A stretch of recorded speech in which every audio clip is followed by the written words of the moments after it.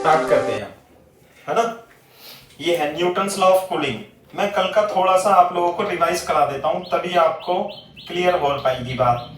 तो Newton's law of cooling पढ़ने से पहले आप ये देखो कि मैंने आपको बताया था कि यदि ये कोई बॉडी है, इसका टेम्परेचर है T और इसका टेम्परेचर है T नॉट, और बॉडी थोड़ी सी गर्म है डेल्टा T से, तो इसमें से नेट हीट भी निकलेगी और इसमें से एब्जॉर्ब भी होगी, ऐसे करके एब्जॉर्ब भी होगी। तो rate of loss of heat, इसे क्या बोलते हैं? इसे बोलते हैं rate of loss of heat. Rate of loss of heat क्या होगी बेटा? ये हो जाएगी 4e sigma a t not की पावर 3 और t माइनस टी नॉट, ये हो जाएगी। क्लियर है बात? ऐसे। और मैं आपको बता रहा था कि यदि स्पेसिफिक हीट इसकी S है तो डेल्टा Q जो होती है वो ms डेल्टा T होती है ना। dq is equal to ms delta theta. अरे पढ़ा था ना हीट, स्पेसिफिक हीट में।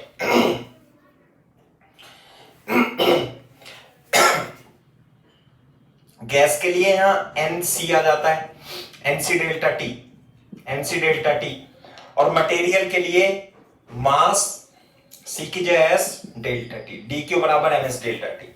तो बोर्ड पे देखो, ये dq अपॉन dt है, तो dq जो होगा उसे हम लिख देंगे ms delta t upon dt is equal to 4e sigma a t nought की power 3 t minus T nought. यदि नहीं लिखा हो तो कल लिख लेना।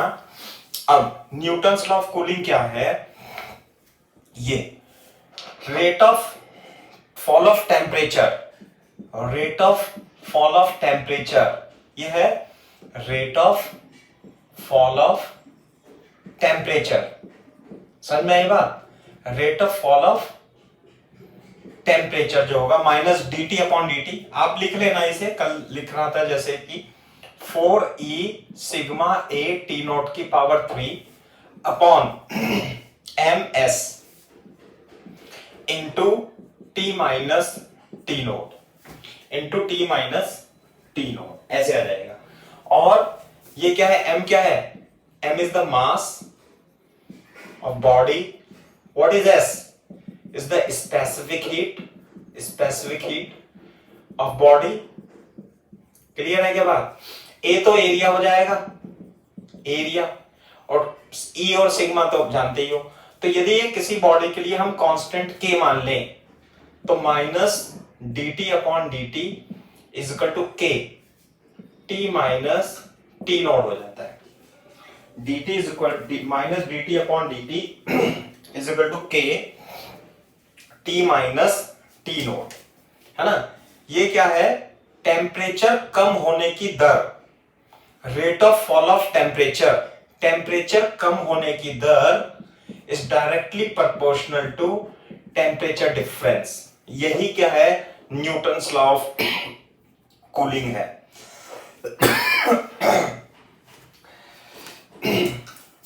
मैं लिख देता हूं इसे, rate of cooling that is rate of cooling of an object is directly proportional to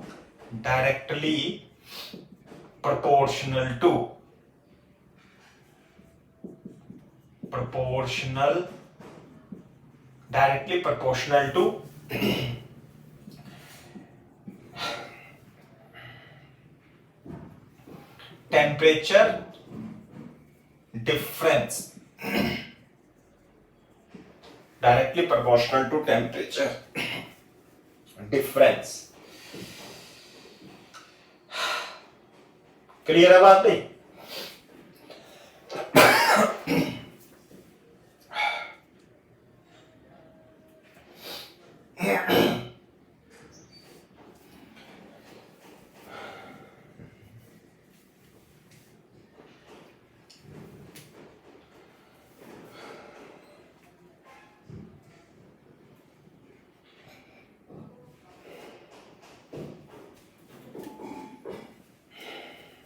copy करो, ये न्यूटन्स लॉ ऑफ कूलिंग है।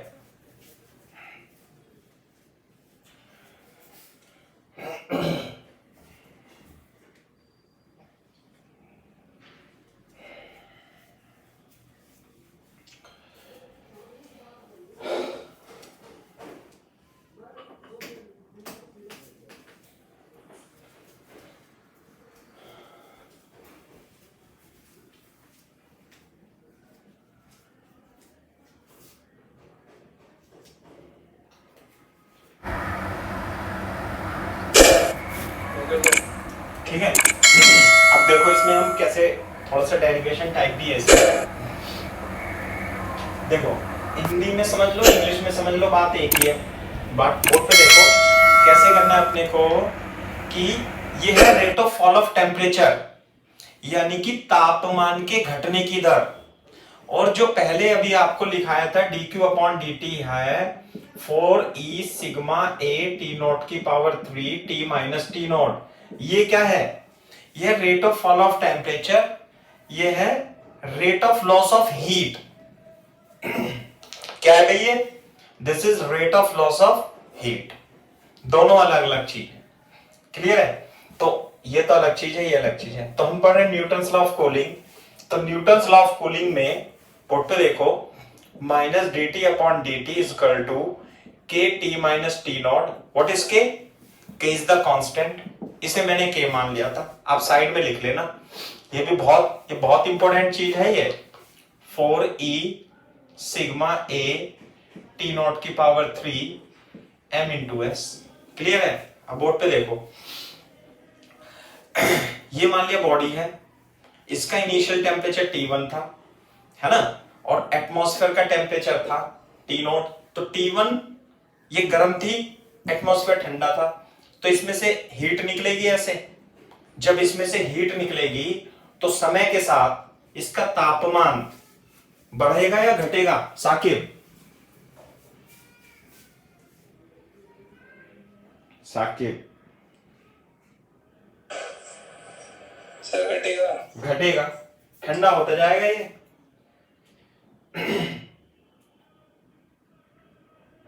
ये क्या होता जाएगा? ठंडा होता जाएगा। तो ठंडा होता जाएगा तो let after time T temperature becomes T2। T1 से क्या हो गया? T2 हो गया। बात बिल्कुल सही है। अब देखो कैसे निकालेंगे हम इसे। मैं यहां से हटा देता हूं इसे,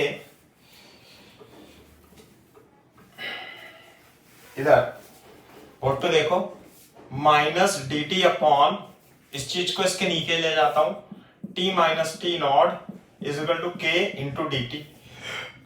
अब टी फॉर टाइम, ये तो वेरिएबल है, और टेम्परेचर जो है बॉडी का किसी समय पर टी है। तो अब हम क्या कर देंगे? इसका इंटीग्रेशन कर देंगे। टी बराबर 0 पर टेम्परेचर कितना था? T1।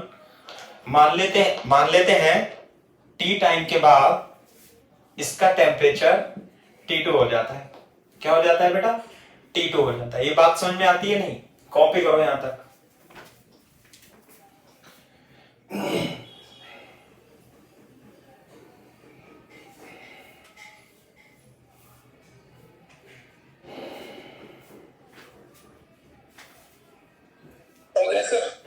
Very good. बोर्ड पे देखो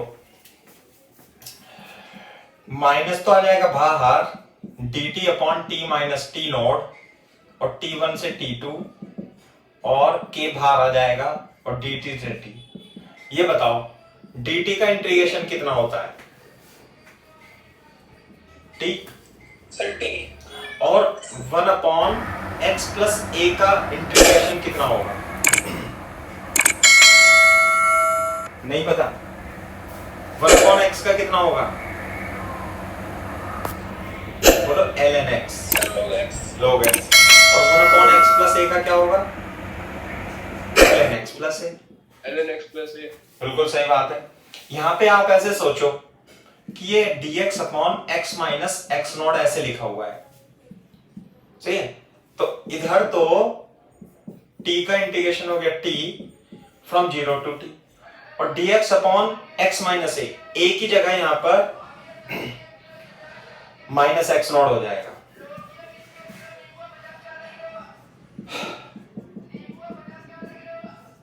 T1 से T2, ये बात बताओ, ये समझ में आई नहीं है? क्लियर है बात? T माइनस टी नॉट हो जाएगा। अब क्या करेंगे, हम लिमिट पुट करेंगे। कैसे? मैं ये माइनस को इधर शिफ्ट कर देता हूं थोड़ी देर के लिए, क्योंकि हमारी कैलकुलेशन आसान हो जाए। तो पहले क्या रखेंगे हम, पहले t की जगह t2 रखेंगे, तो ln t2 minus T not, फिर माइनस चिन्ह लगा के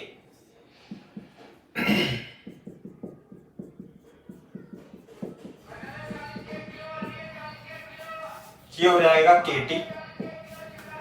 और ये बताओ ln a minus ln b कितना होता है, ln a upon b।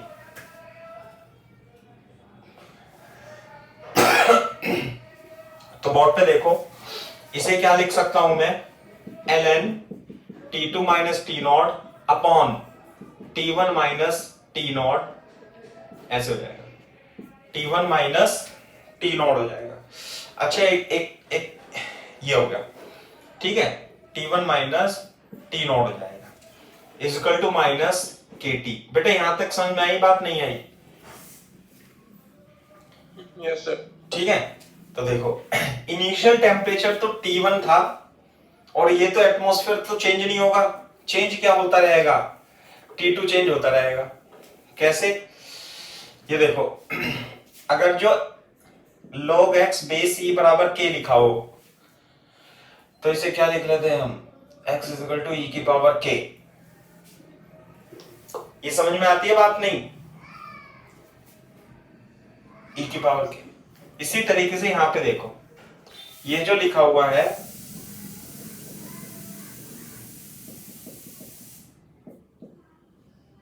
Minus के टी लिखा हुआ है ना, तो ये log a लिखा हुआ है, तो मैं इसे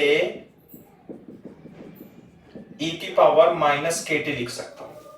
ये लिखा ना, जैसे e की पावर में आ जाता है ये, और x ऐसे, यहां पे x क्या है ये, और यहां e लिखा हुआ है, और e की पावर माइनस के टी आ जाएगा। ये बताओ बात समझ में आती है नहीं आती है? Yes sir. Ankit, Sagar, Saqib, yes sir, आ गई। सही है? बोर्ड पे देखो, अब मैं इसकी मल्टीप्लाई कर दूंगा, T2 minus T not, T1 minus T not e की पावर माइनस के टी, और T2 जो होगा टी नॉट, ये आ जाएगा। तो ये जो टेम्परेचर है T2, यानी बॉडी का टेम्परेचर समय के बाद, T समय के बाद, पहले कितना था T1, अब कितना हो गया T2, ऐसे हो गया। कॉपी कर लो, ये यहां तक कॉपी कर लो तो बता देना मेरे को।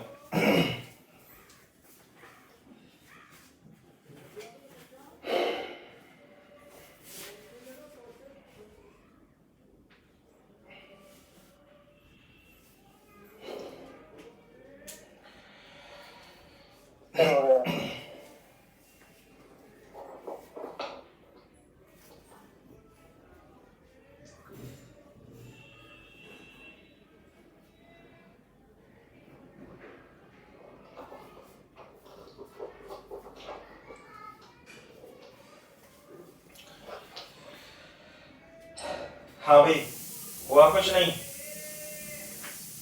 Yes sir. सही है। देखो मैं साफ कर देता हूं, इसलिए मैं रुक गया था कि हम इसे साफ कर देते हैं यहां से। देखो बोर्ड पे कैसे, ये बॉडी थी, इनिशियल टेम्परेचर T नॉट था, आफ्टर टाइम T, ऐसे ही लिखना है आपको, आफ्टर T बॉडी का टेम्परेचर मान लिया T डैश हो जाता है, T हो जाता है ना, और यहां तो T नॉट ही रहेगा, ये तो बदलने का नहीं है, ये बदल जाएगा। तो ये जो है ये कितना हो जाएगा, T नॉट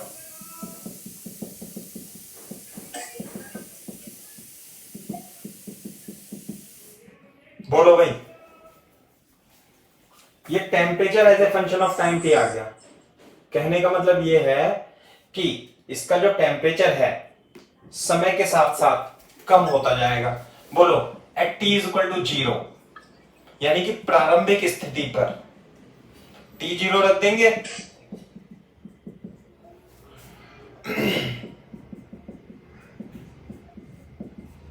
ई की पावर माइनस 0 कितना होगा भाई सागर?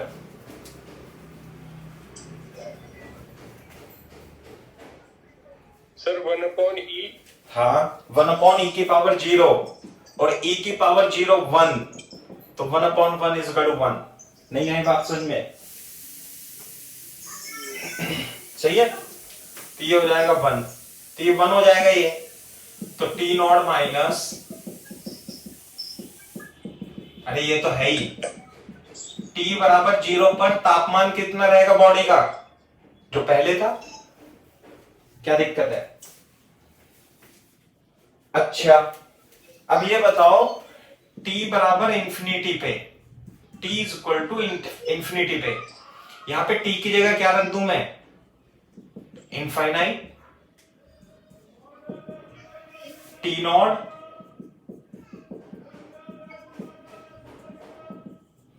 बताओ भाई अंकित, e की पावर माइनस इंफिनिटी कितना होता है?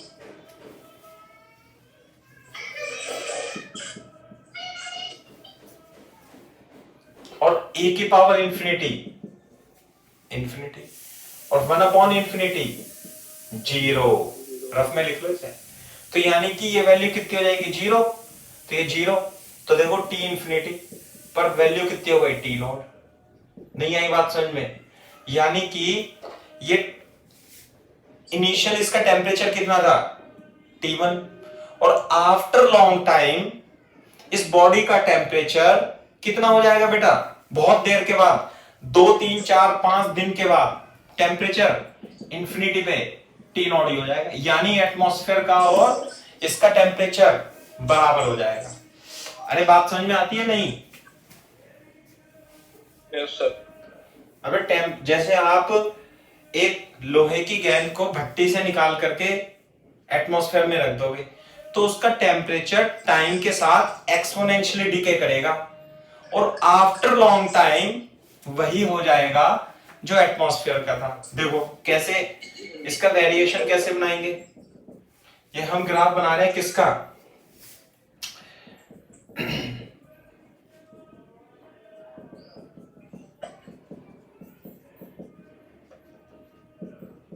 केटी का, ये मैं साफ कर देता हूं। बोलो भाई, t बराबर 0 पर ये तो टेम्परेचर वर्सेस टाइम, t बराबर 0 पर टेम्परेचर कितना था? अरे T1 ये था ना, T1, और बहुत लंबे समय के बाद टेम्परेचर कितना हो गया? T not. और कैसे डिक्रीज कैसे हो रहा है बेटा टेम्परेचर? एक्सपोनेंशियली डिक्रीजिंग, ये था ना, exponentially decreasing.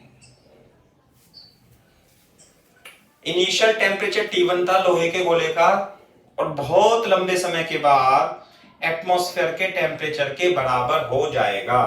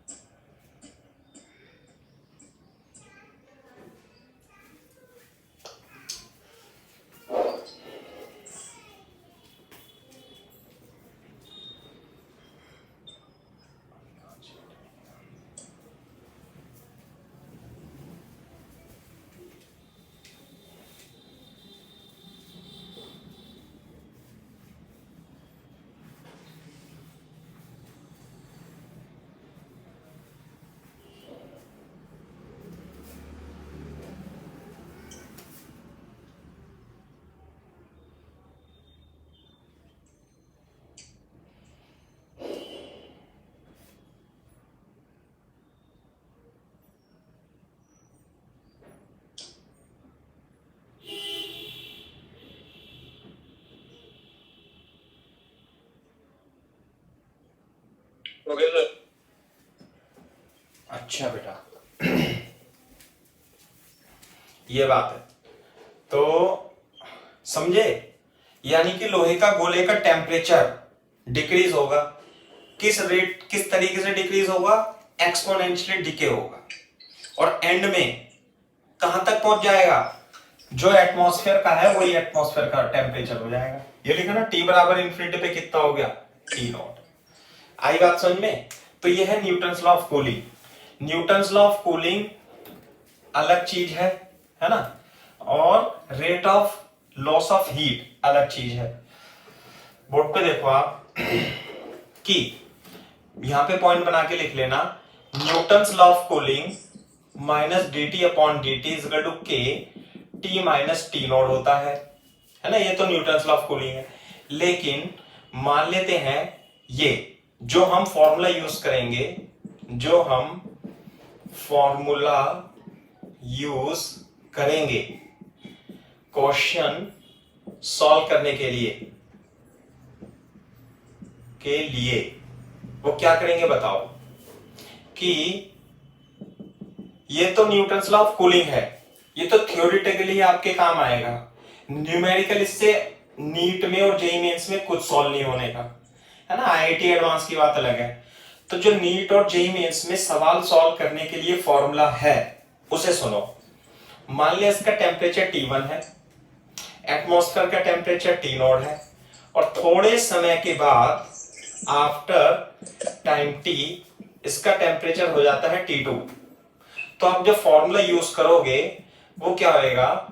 T1 minus T2 upon T, मतलब T1 से कितना हो गया? T2 हो गया, divided by T is equal to, ये है ना, delta T upon delta T के जो T लेंगे यहां पे वो T एवरेज टेम्परेचर लेंगे माइनस T नॉट। इस फॉर्मूले की हेल्प से हम ये न्यूटन्स लॉ ऑफ कूलिंग के क्वेश्चन सॉल्व करेंगे। ये बात ध्यान रखना। यही फॉर्मूला आपको अपनाना है। मैं क्वेश्चन बता दूंगा आपको, है ना। क्वेश्चन कराएंगे तो अभी सब में आएगा।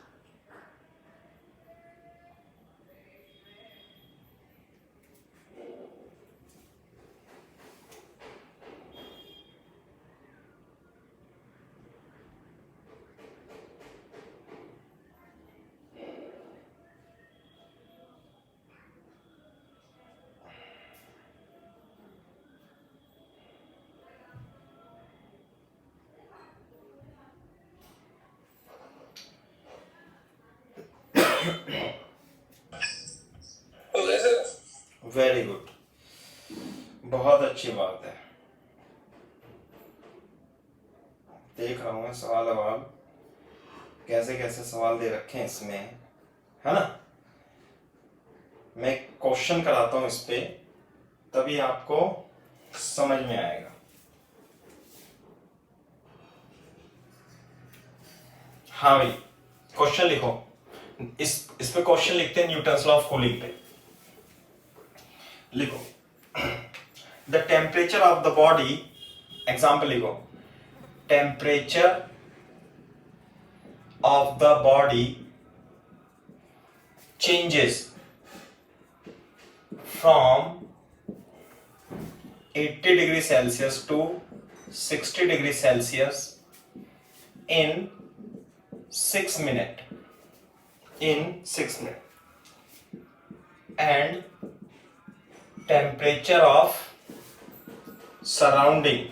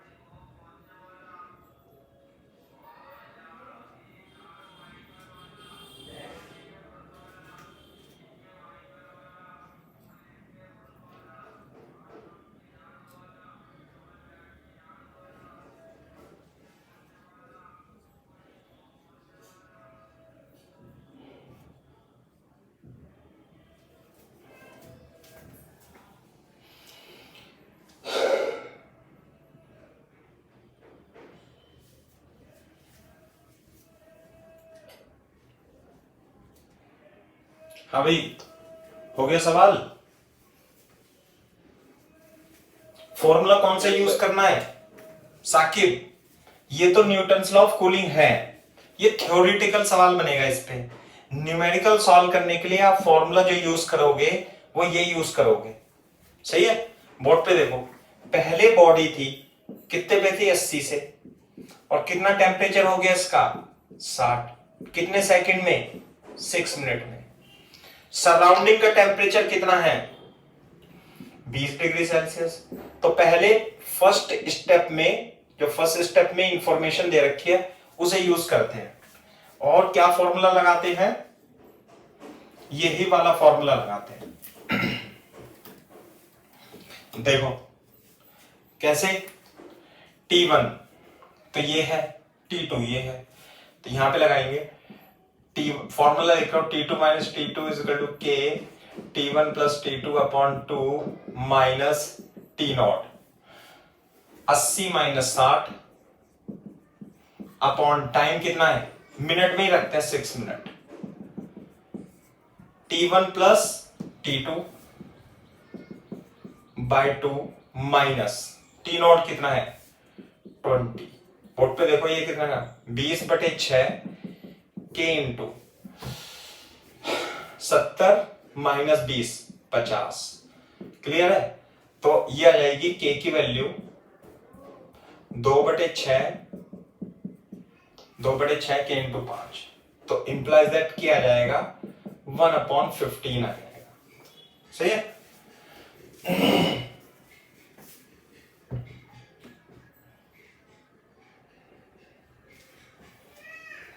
देखो अब बोर्ड पे एक बार देख लो सवाल, कॉपी कर लेना। Find its temperature after next 6 minute. अब इसके बाद इसका टेम्परेचर जो है वो कितना हो जाता है? T2 कितने समय के बाद? 6 मिनट के बाद। तो जितना टाइम दे रखा है दे रखा है, तो अब इसमें लगा दो, ये अब की बार T1 बन जाएगा और T2 आपको निकालना है। तो क्या लगाएंगे? फॉर्मूला यही लगेगा। देखो इसके लिए T1 अब ये T2, तो 60 माइनस T2 अपॉन कितने समय में? 6 में। और K, चलो K की वैल्यू तो हम रख देंगे, T1 plus T2 60 plus T2 upon 2 minus T0 तो कितना है? एटमॉस्फेरिक प्रेशर है ना, ये T0 होता है एटमॉस्फेरिक प्रेशर। तो आ जाएगा 6 माइनस T0 अपॉन 6, और K की वैल्यू पिछले क्वेश्चन से निकाल दी हमने।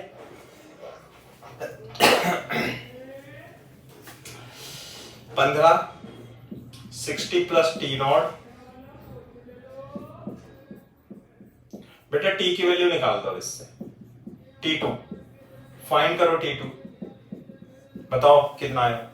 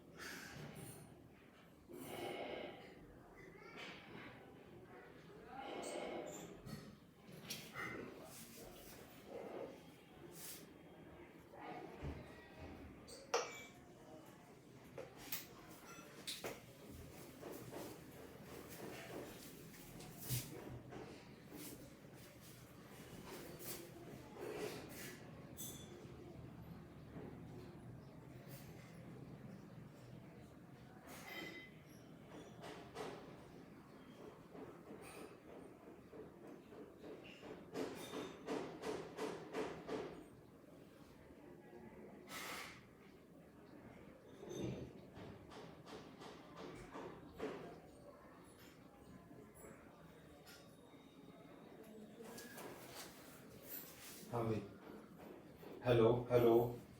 हाँ भाई, अंकित अंकित, साकिब बेटा।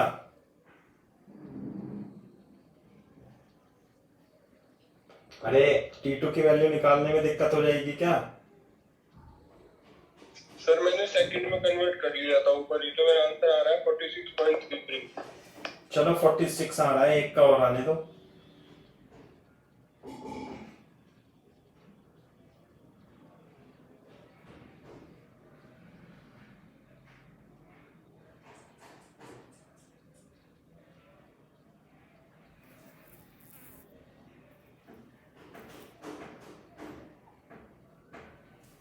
$46.33।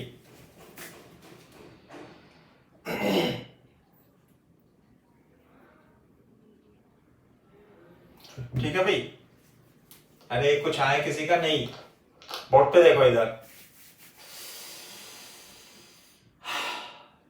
वैसे तो चलो ठीक है, कर लो। मैं इसे पता है, एक एक तरीका और है इसमें कि आप के की वैल्यू मत निकालो। हाँ भाई, चलो निकाल ली तो नहीं भी निकालोगे तब भी हो जाता है सवाल। बोर्ड पे देखो यहाँ पे, जैसे आपने चलो यहाँ के की वैल्यू नहीं निकाली, तो एक तो इक्वेशन ये बन गई, ये बन गई ना, ये वाली, और एक ये बन गई। इन दोनों को डिवाइड कर दो तो वैसे ही आंसर आ जाता है। इसमें सॉल्व करने का तरीका यही है।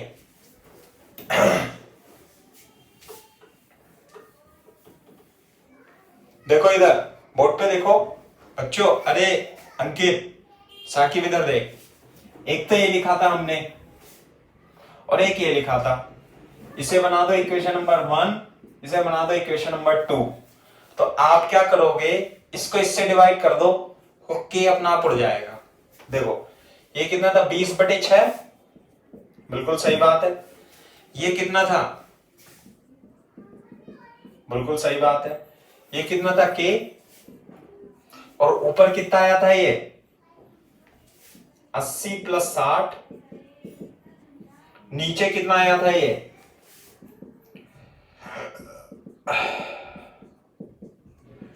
के से के उड़ जाएगा, 6 से 6 उड़ जाएगा, ऊपर क्या बचेगा, ये कितना जाएगा कैलकुलेट करके 50। ये कितना जाएगा 40/2। सही है। ये ऊपर चला जाएगा, 0 से 0, 5 दूनी 10। नीचे क्या आएगा 60 - T2। नीचे क्या आएगा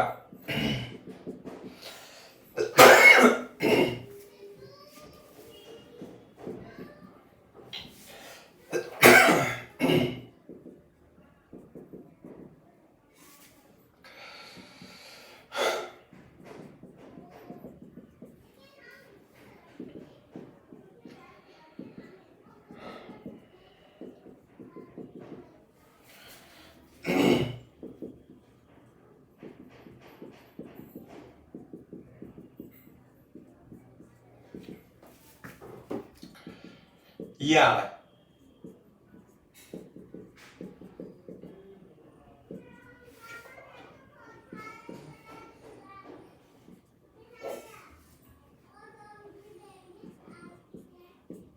छियालीस 46.67 degree Celsius is the correct answer.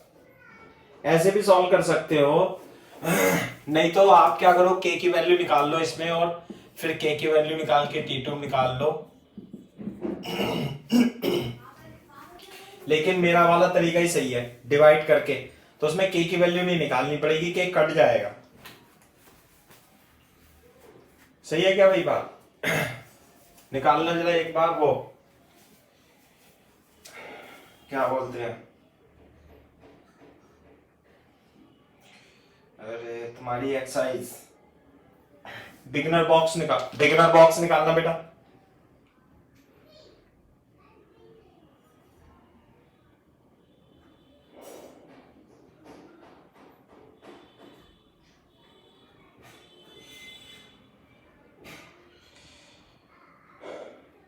Beginner box 4 निकालो।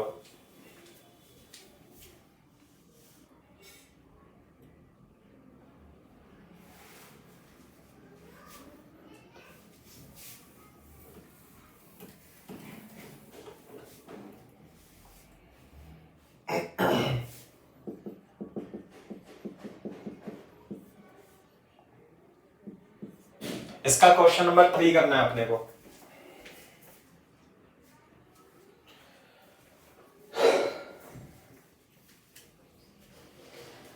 कॉपी कर लो तो बता देना भाई, साफ कर दूंगा इसे।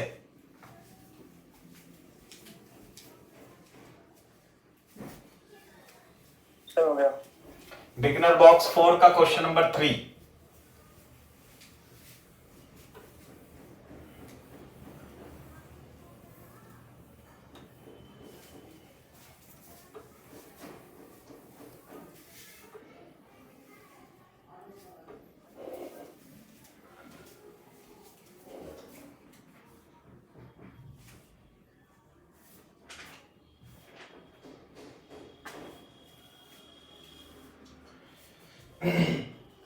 क्या है क्वेश्चन देख लो, मैं पढ़ देता हूं क्वेश्चन।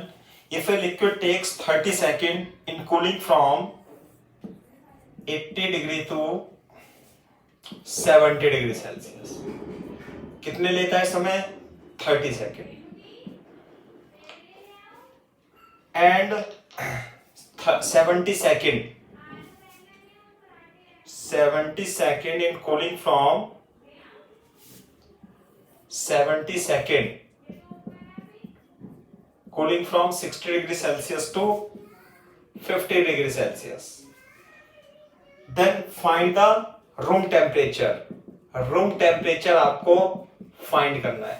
कर लोगे भाई साकिब?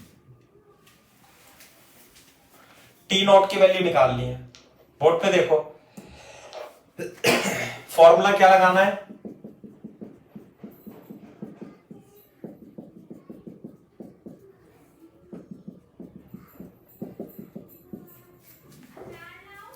पहला केस, ये सेकंड केस, 2 स्टेप में दे रखा है क्वेश्चन।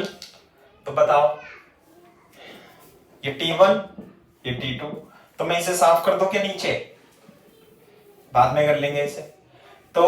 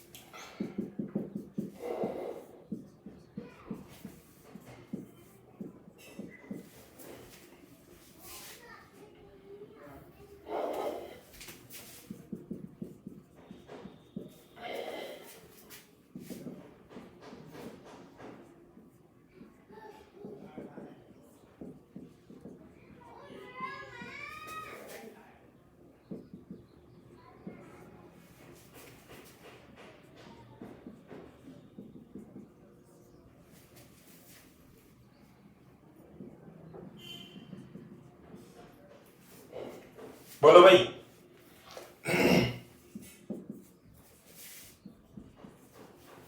इक्वेशन 1 इक्वेशन 2 क्या कर दूं मैं? 1 को 2 से डिवाइड, तो ये कितना आएगा बताओ? ये आएगा 10/30 और ये आएगा 10/70। ये आएगा K 75 माइनस टी नॉट, ये आएगा K 55 माइनस टी नॉट। अंकित बता बेटा, आसान तरीका है ना? कुछ हमने सॉल्व बहुत ज्यादा नहीं किया, पर डिवाइड करेंगे तो कट पिट जाएगा। ये इससे कट जाएगा और 70 ऊपर पहुंच जाएगा और 30 नीचे रहेगा। अब ये तुम्हें नहीं आता होगा निश्चित रूप से, ये डिवाइड करना।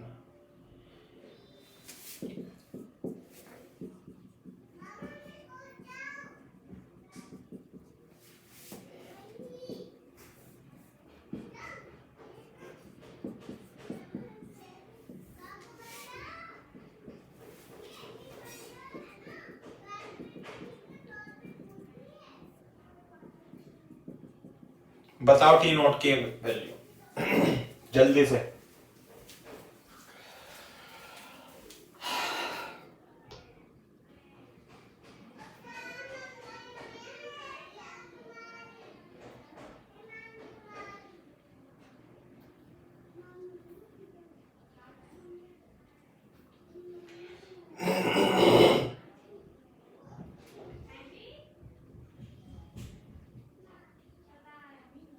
Sir 40 degree Celsius. Answer check कर लो।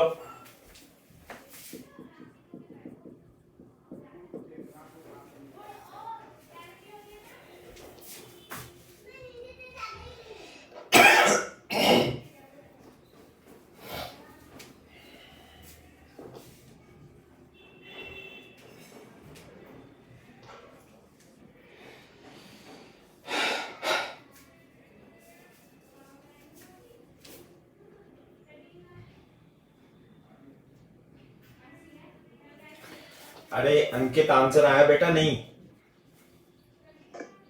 सर नेक्स्ट भी करना है?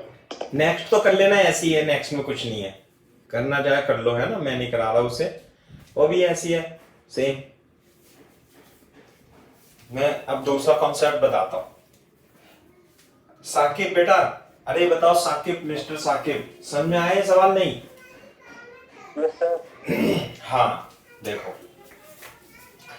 अब हम पढ़ते हैं कुछ और सवाल रेट ऑफ कूलिंग पे, है ना। क्वेश्चन क्या है मैं बता देता हूं, बहुत ही अच्छे अच्छे क्वेश्चन है। फॉर एग्जाम्पल कॉन्सेप्ट बता देता हूं मैं। टू स्पेयर्स है, टू स्पेयर्स, है ना, of same material.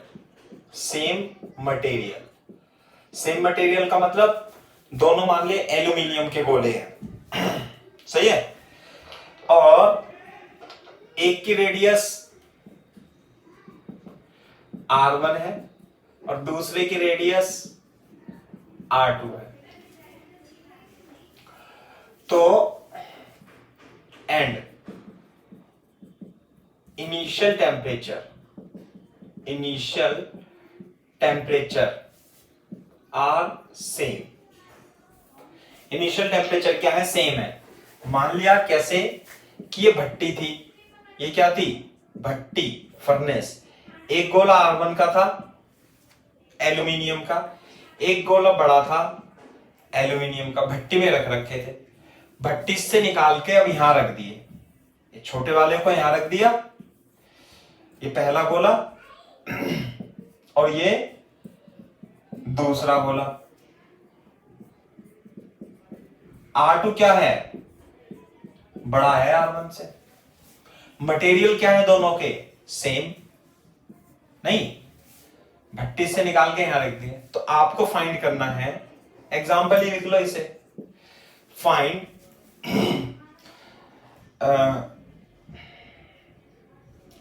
Find compare, ऐसे लिखेंगे, compare first rate of flow of heat, rate of loss of heat, second rate of loss of temperature.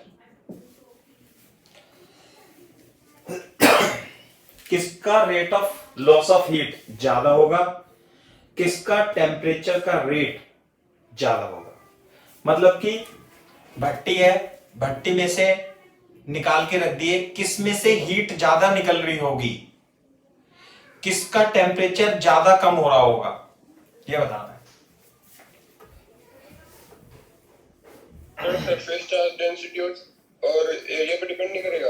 हाँ करेगा, मैं कब मना कर रहा हूं, मुझे तो आंसर बताना है। क्वेश्चन दे दिया मैंने, क्वेश्चन समझा दिया। Two sphere of same material, R1 R2 बड़ा है, इनिशियल टेम्परेचर सेम है, तो आपको ये बताना है किसका rate of loss of heat ज्यादा होगा और किसका rate of loss of temperature ज्यादा होगा, या कम या ज्यादा कंपेयर करना है। बताओ rate of loss of heat, पता है formula rate of loss of heat का क्या होता है? dq अपॉन dt, ये होता है rate of loss of heat. Rate of loss of heat का फॉर्मूला बताओ बेटा क्या है? 4e sigma a t not की power 3 t minus T nought. बोलो, इसका टेम्परेचर एटमॉस्फेयर तो सबके लिए सेम है, और इनिशियल टेम्परेचर इसका भी कितना है? T, और इसका भी कितना है? T। बोलो, तो rate of loss of heat किसके प्रोपोर्शनल होगी? ई सिग्मा कांस्टेंट है, टी टी नॉट दोनों के लिए बराबर है। किस पे निर्भर करता है? एरिया पे। एरिया का मतलब क्या है? पाई आर स्क्वायर। तो rate of loss of heat किस पे निर्भर करेगा? रेडियस के स्क्वायर पे। नहीं आई बात समझ में? इसका मतलब जिसकी रेडियस ज्यादा है उसमें से हीट क्या हो जाएगी? ज्यादा निकलेगी, है ना? तो मैं लिख देता हूं यहां पे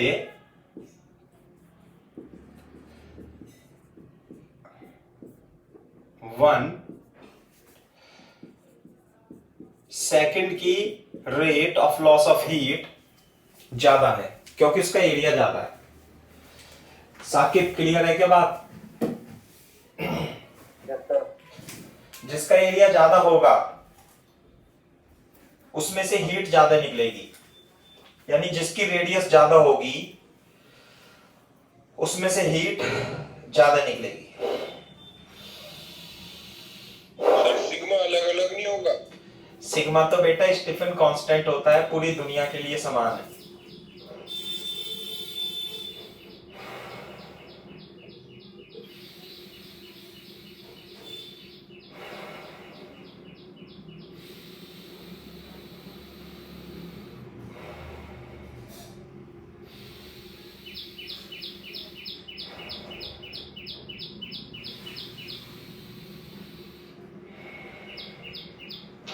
अब ये बताओ rate of loss of temperature किसका ज्यादा होगा? कौन जल्दी ठंडा होगा? कौन सा जल्दी ठंडा होगा?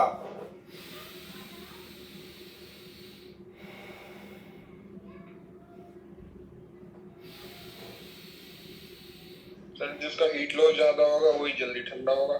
पढ़ नहीं रखा तूने? नहीं? अच्छा मेरे को बता एक प्रैक्टिकल एग्जांपल। मान ले तेरे को फिजिक्स नहीं आती, ये भट्टी है, भट्टी में एक लोहे की कील डाल दे और भट्टी में एक लोहे का गोला डाल दे और दोनों को बाहर निकाल के रख दे, तो पहले ठंडा कौन सा होगा ये बता, जिसे तू छू पाए। सर बड़ा वाला होगा सर। क्या बड़ा वाला होगा?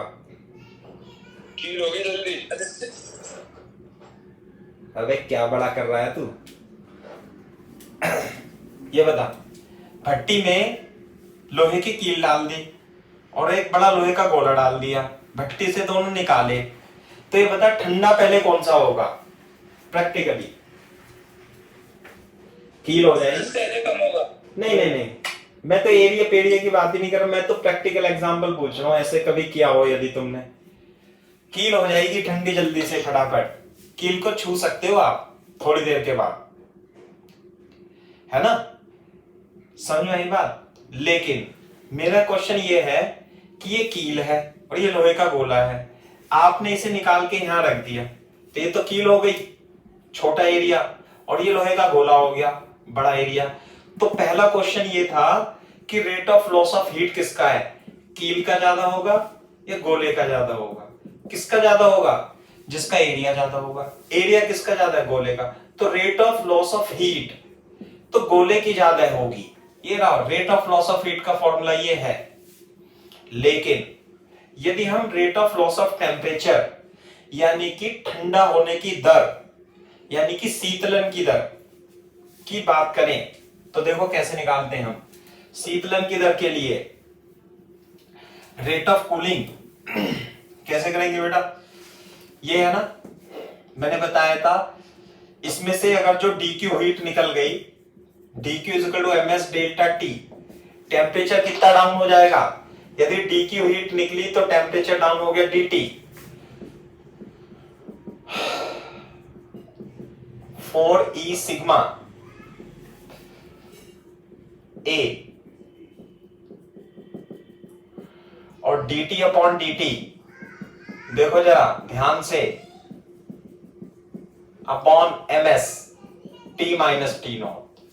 तो rate of loss of temperature यही तो है, सेकंड पार्ट कर रहे हैं। Rate of loss of temperature किस पे निर्भर करेगा बताना?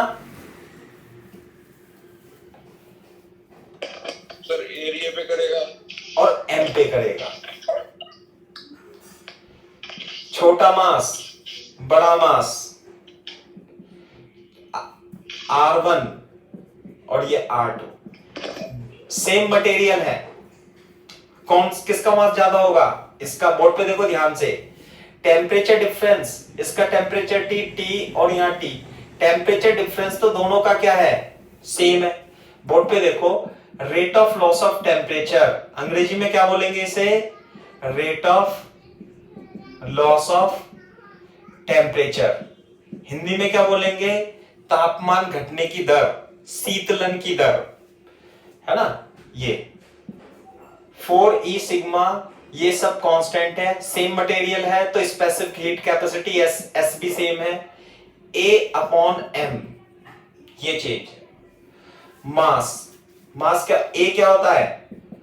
4πr², मास M बराबर V इंटू रो, वॉल्यूम क्या होगा? 4/3 πr³ इंटू रो, तो M बराबर वॉल्यूम इंटू रो, तो सब कट जाएगा, तो रो भी कांस्टेंट, ये कट जाएगा, तो माइनस dt/dt किसके प्रोपोर्शनल आ जाएगी? R²/r³ रेडियस की। इसका मतलब जिसकी रेडियस कम होगी उसके ठंडे होने की दर ज्यादा होगी। नहीं आई बात समझ में? इनवर्सली प्रोपोर्शनल है तो rate of loss of temperature of one is greater than rate of loss of temperature of two. क्योंकि फर्स्ट बॉडी सेकेंड बॉडी, जिसका गोले में यदि रेडियस जिसकी कम है वो जल्दी ठंडा हो जाएगा, समझे सागर? वो जल्दी ठंडा हो जाएगा, और जिसकी रेडियस ज्यादा है वो देर में ठंडा होगा। ध्यान रखना इस बात का, बड़ा जबरदस्त सवाल है ये, कॉन्सेप्ट मैथमेटिकली प्रूव कर रहे हैं हम सब कुछ। यानी और rate of loss of heat किसकी ज्यादा होगी? Rate of loss of heat is directly proportional to R², rate of loss of temperature is directly proportional to 1/r। इसमें से हीट निकलने की दर ज्यादा होगी जबकि ठंडे होने की दर इसकी ज्यादा होगी, तो हीट तो इसमें से निकलेगी ज्यादा, लेकिन ठंडा कौन सा होगा? छोटा वाला गोला। अरे बोलो जल्दी, करो कॉपी। हो गया सर।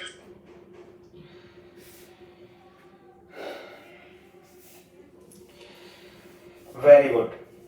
अब मैं दूसरा सवाल पहले बताओ साकिब, ये क्वेश्चन क्लियर हुआ नहीं हुआ अभी? Yes sir. हाँ, अब देखो, अब हम दूसरा क्वेश्चन करते हैं। मैं इसे ऐसे दिखा देता हूं सब, ध्यान से बताना। मतलब बच्चे सोचते हैं कि सब मैथ्स के क्वेश्चन कर लो, तो ऐसे क्वेश्चन भी आते हैं। कैसे? फॉर एग्जाम्पल ये भट्टी है, देखो क्वेश्चन आप अपनी लैंग्वेज में लिख लेना, अंग्रेजी ज्यादा आती नहीं है अपने को, है ना। ये सॉलिड गोला है, सॉलिड, और एक गोला है सेम रेडियस का, रेडियस दोनों की क्या है? तो सॉलिड है, लेकिन अंदर इसके कैविटी है। इसकी रेडियस कितनी है? R, और इसकी भी रेडियस कितनी है? R, लेकिन यहां पे तो सारा मटेरियल है, यहां पे ऐसे मटेरियल है। बोलो, मटेरियल सेम काइंड का है, गोला 1 गोला 2, sphere 1 and 2 are of same material, दे भट्टी, इसे लिख देंगे भट्टी। तो भट्टी का टेम्परेचर T है, तो इनका भी टेम्परेचर क्या होगा? T हो जाएगा।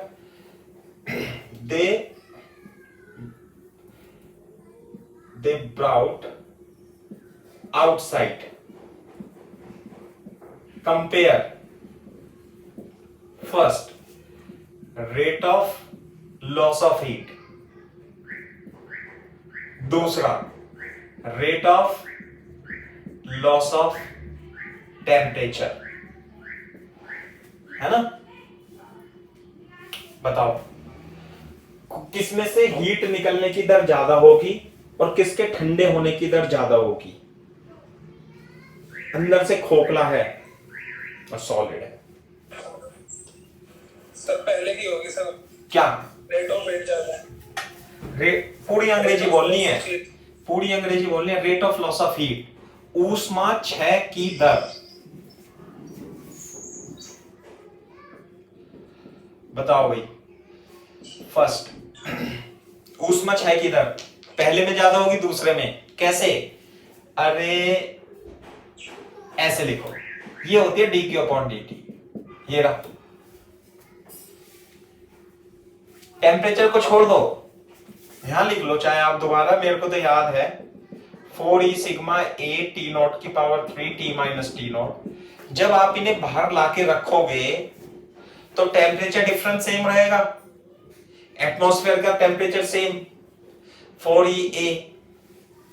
बोलो, दिमाग लगाओ। सर दोनों की सेम होगी rate of loss of heat. Very good, दोनों की सेम होगी। क्यों? क्योंकि हमारे पास मैथमेटिकली फॉर्मूला है।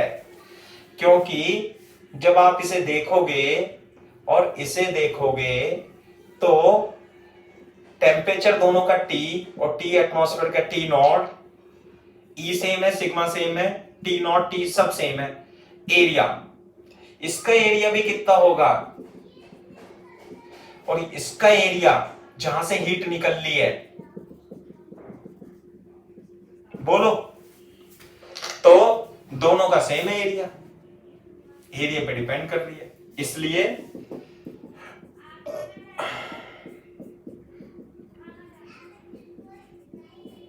बहुत सही, वेरी गुड। सेकंड का बताओ, सेकंड का।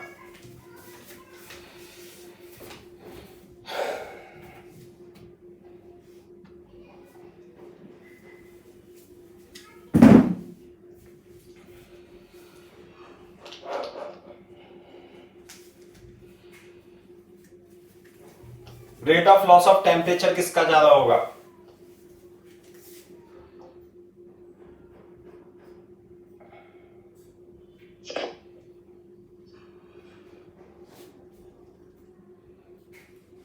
सर पहले वाले का rate of loss of temperature कम होगा। हाँ बिल्कुल सही बात है। क्यों? सर क्योंकि उसका मास ज्यादा है। हाँ, और दोनों का एरिया सेम है। एरिया।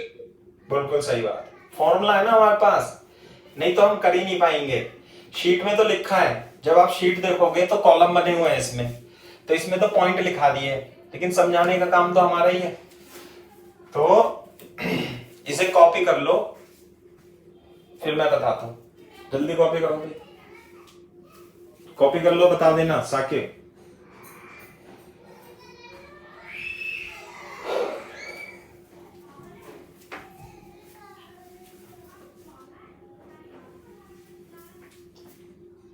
हो गया।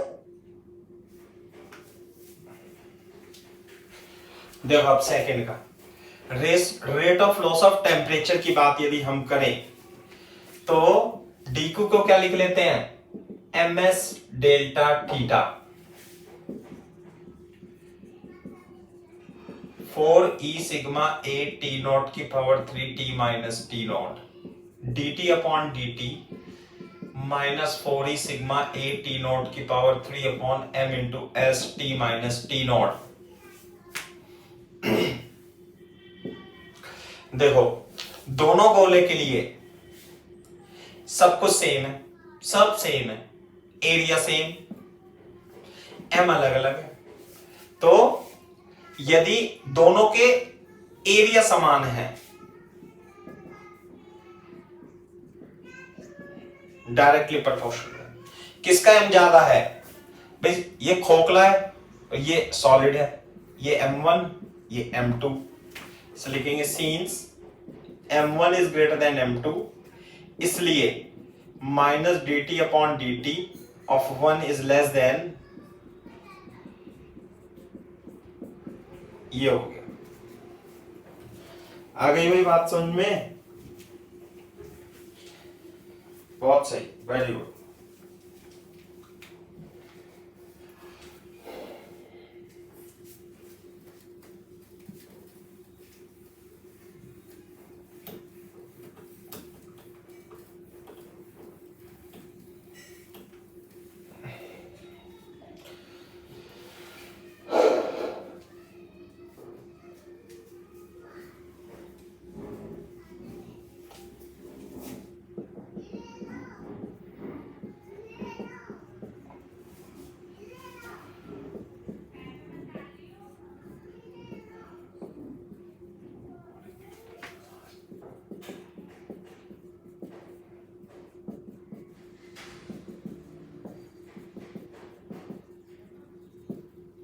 एक पॉइंट लिख लो, फॉर ए गिवन मास और वॉल्यूम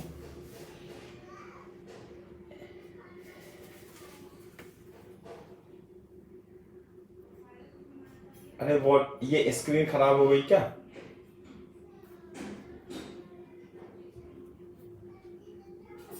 हाँ भाई, फॉर ए गिवन मास और volume area of sphere is minimum. बोलो एरिया क्या होगा? मिनिमम होगा। नहीं आई बात समझ में? मान लिया आपके पास 1 किलो गुदा हुआ आटा है, मान लेते हैं 1 किलो गुदा हुआ आटा। नहीं आई बात समझ में? गूंद देते हैं ना, 1 किलो गुंदा हुआ आटा है। अब आपने उसका क्या बनाया? गोला बना दिया, उस गुंदे हुए आटे का क्यूब बना दिया, उस गुंदे हुए आटे की मान लिया प्लेट बना दी ऐसे, और या कुछ भी रैंडमली शेप बना दी है। लेकिन ये 1 किलो 1 किलो 1 किलो। बोलो इस केस में 1 किलो गुंदे हुए आटे का एरिया A1 है, A2 है, A3 है, A4 है। इसका एरिया, एरिया का मतलब सरफेस एरिया। तो ये बताओ सबसे कम सरफेस एरिया किस चीज का होगा? किसका होगा? ए जो होगा, a area of sphere will be least. ये कॉन्सेप्ट है, ये बेसिक कॉन्सेप्ट है मैथ्स का, तो ये पता होना चाहिए आपको। फॉर ए गिवन वॉल्यूम और mass area is least for sphere. बाकी सब आकृति का जो एरिया होगा वो गोले के एरिया से सबसे कम होगा। यही सरफेस टेंशन में भी पढ़ाते हैं कि वो गोला क्यों हो जाता है, क्योंकि इसका एरिया जो होता है गोले का वो कम हो जाता है, एरिया को कम करने की कोशिश करता है। ये बात पहले से पता थी या नहीं पता थी? सागर, अंकित, साकिब, यस सर। पता है ना? ये बात बिल्कुल सही बात है, कॉपी कर लो। मैंने तो एग्जाम्पल भी दे दिया अभी।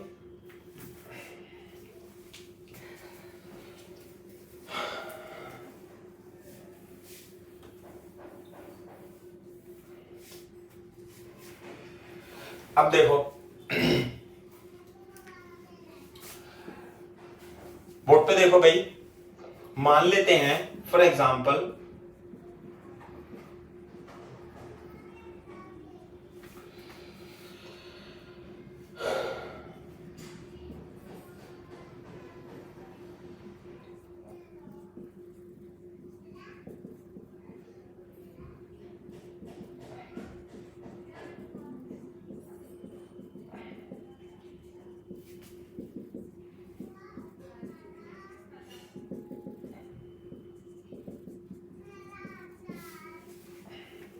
बताओ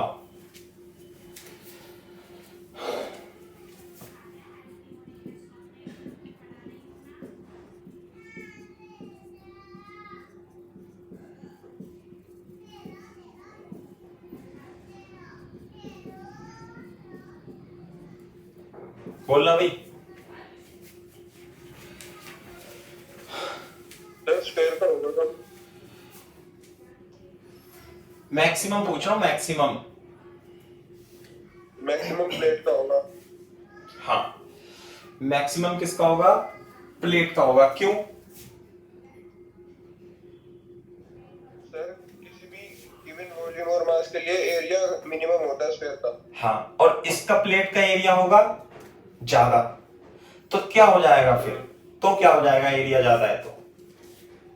सर एरिया प्रोपोर्शनल होता है rate of loss of heat के। Very good, very good. लेकिन वह मास भी तो आता है, मास क्यों नहीं लिया तुमने? सर वॉल्यूम और मास दोनों के लिए कम होता है ना, इसलिए एरिया आपने लिखा है तभी। हाँ वो तो बात सही है। देखो rate of loss of heat का जो फॉर्मूला होता है 4E sigma A T naught की power 3 upon T minus T naught होता है। तो rate of loss of heat में मास तो आता ही नहीं है, किस पे डिपेंड करता है? वो एरिया पे, इस पे, उस पे, बाकी सब कांस्टेंट है। तो rate of loss of heat is proportional to area. और इसने एक गिवन मास था, उसका स्पेयर बना लिया और उसकी एक प्लेट बना ली। तो बताओ, इसका एरिया A1 होगा, इसका एरिया A2 होगा, तो किसका ज्यादा होगा area? A2 is greater then A1, इसलिए जो प्लेट है इसका रेट, इसलिए dq अपॉन dt स्पेयर कम होगा और dq अपॉन dt प्लेट ज्यादा होगा। नहीं आई बात समझ में?